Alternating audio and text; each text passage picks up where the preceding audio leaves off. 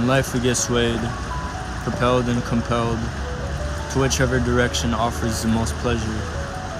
So much so that whatever the selection, our minds become dependent to the point that it's tethered. Don't quit cold turkey, bro. You gotta ease off it. No, just quit. Use the word I.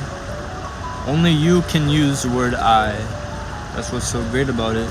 And when you take responsibility of knowing that power, then you can finally tell yourself, I'm not that person anymore.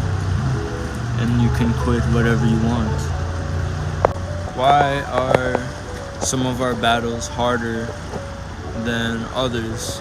You may see someone that you wish you had their problems. You're like, I can solve this pretty easily compared to him, because maybe you solved it in the past or something and it came easy to you. And then you see people doing it for a living and you're like, man, I wish that was my job. Why do I have to suffer doing this? It's because God put you here to suffer the harder battles, because you know, we can't all have what's easy for us. Everything has to be hard in one particular area, and that's where we get stuck on.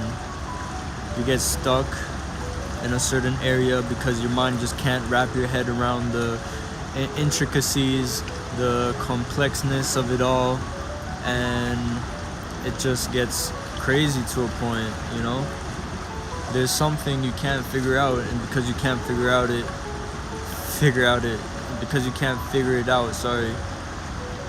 you get stuck on it.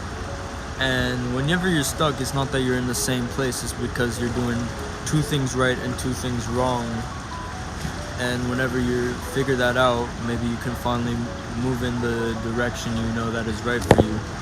Because we have an emotional side to us, which is the feminine, and the logical side to us, which is masculine. Everyone has it, and whether you're a man or woman, everyone has it. It's called the animal and the animus, and it's what dictates the actions you take in your waking life. So let's say you have a toxic friend group and you know it's toxic for you.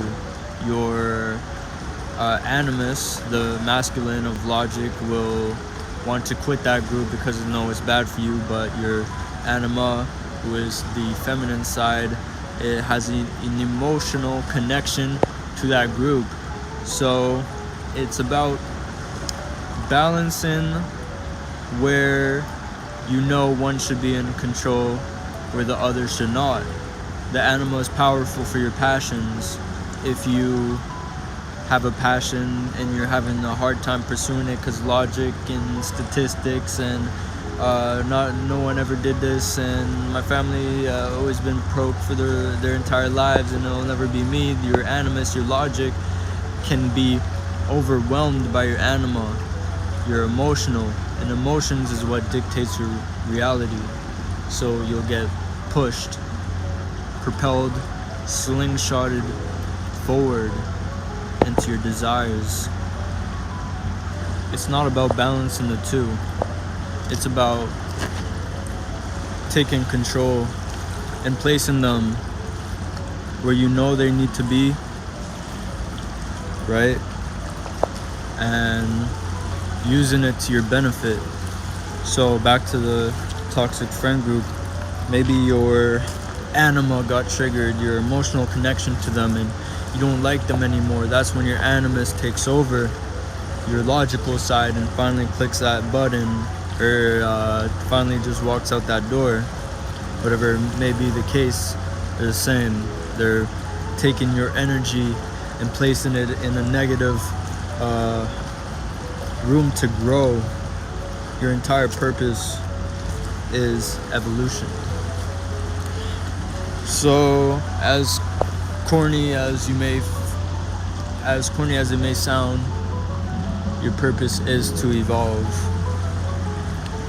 When a tree gets planted, the tree either grows, blossoms, or it dies. And it does one or the other.